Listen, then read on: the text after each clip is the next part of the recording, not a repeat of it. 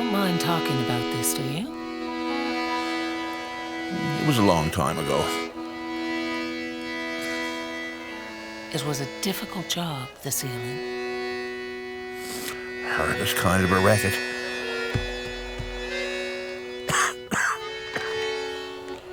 We lived close on, like animals. Our clothes caked in blood and grease. If you struck a good voyage, they took up the bunks to store the extra pelts. That's where you slept, and the skins of the seals you'd killed.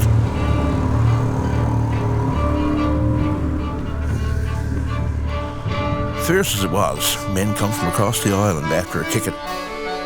Cod fishery was all truck, you see, credit.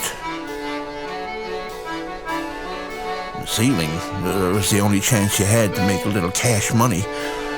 All men fought to get a berth.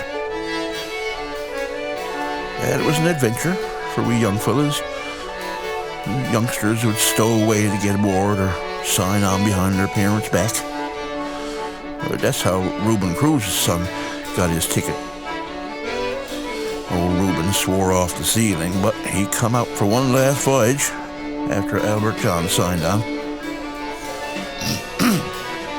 to look after his young fella on the ice.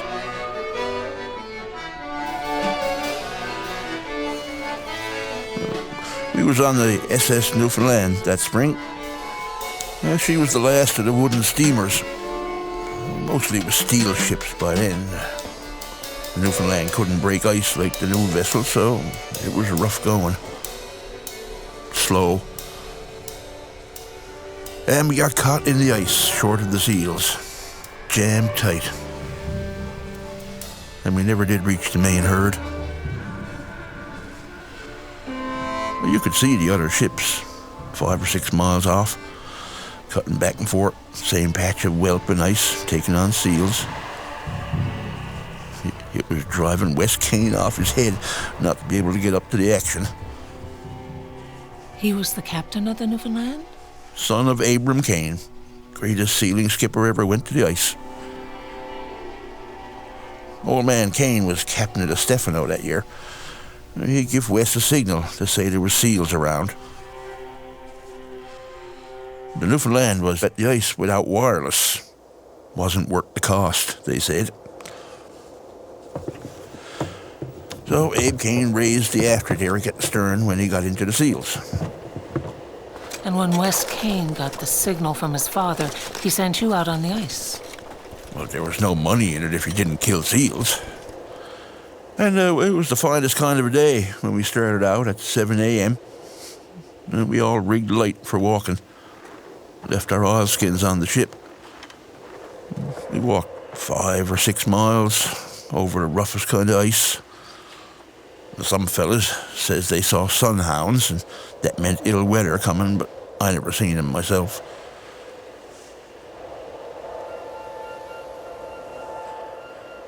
And it was just pecking snow when we reached the Stefano about 11:30. Abram Kane sent us below for a tea and a bit of hard bread and butter. We was aboard half an hour at the outside. When we come back above decks, the weather was on. And Abe Kane sent us over the side after a patch of seals. No one questioned old man Kane. I expected we'd get back on the Stefano for the night if the weather got dirty. But she steamed off to pick up her own men.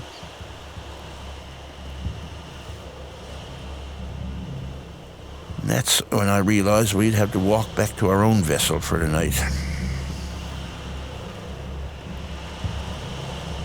Did you start for the Newfoundland right away? No, we were told to sculp and pan seals. We come on a small patch, that's what we did. Reuben Crew and his boy was with us, and Reuben had to talk Albert John into killing his first swallow. But that was the job we had. We considered ourselves lucky to have it.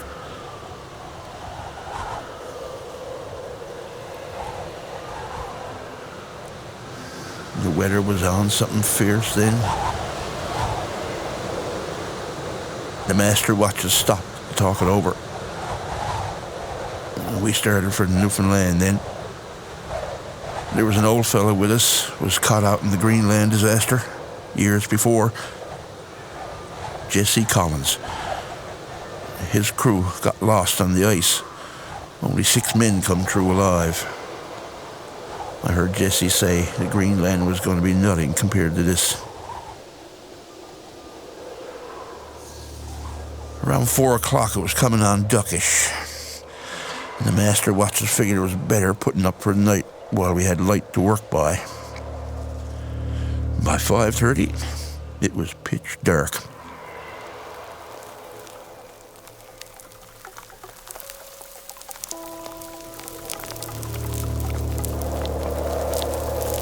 And about 2 in the morning, the wind chopped around to the northwest, started to freeze.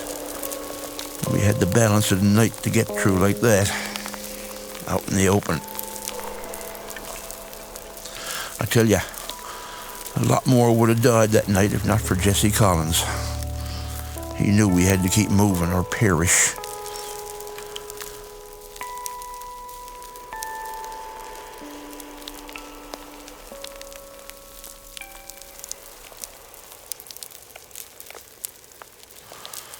First man passed around 10 that evening. And 2 fellas fell through and got wet. We hauled them up on the ice. That's where they stayed and died. And there was more perished on the other pans. But most hands made it to morning. Could you see the sealing ships after the weather cleared on Wednesday? Oh, yes, my love, all around us. The ice was too loose to reach them walking, but I thought every ship on the ocean was looking for us. There was one time, the Bellaventure come right for us. And we all thought she was coming on a rescue. But she was just collecting pan seals from the day before. Turned stern on and left us.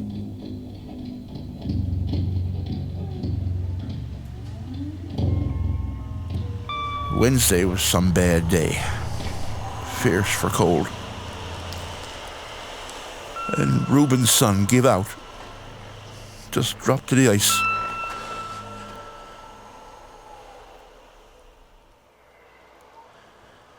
They lay there like that, then with their arms around one another. And you knew it was the end of them both. And all this time, Wes Kane thought you were on his father's ship. He had no way to know different without the wireless. Not a soul knew we was out there. But Wednesday night was worse again. People started to lose their heads that night. Drove mad, I suppose, with the cold.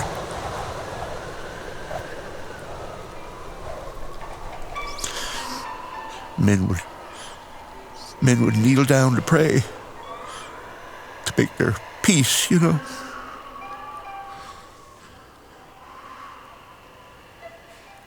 There was times I'd look up and see the stars shining above the drift.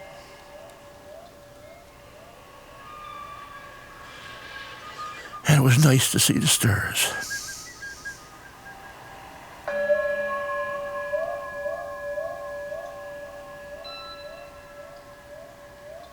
That was the night most of the men died.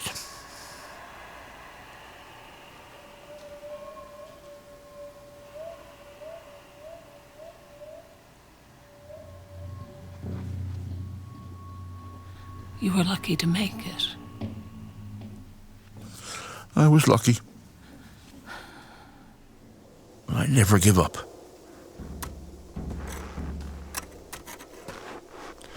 54 hours on the ice. I walked my feet right out of my boots. Didn't so much as sit down until someone discovered us missing finally, late Thursday morning.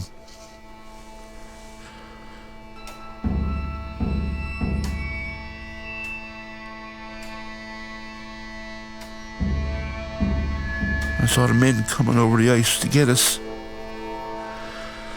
I didn't think they was real for the longest time. I thought it was just my mind playing tricks on me. A beautiful morning, I remember it was.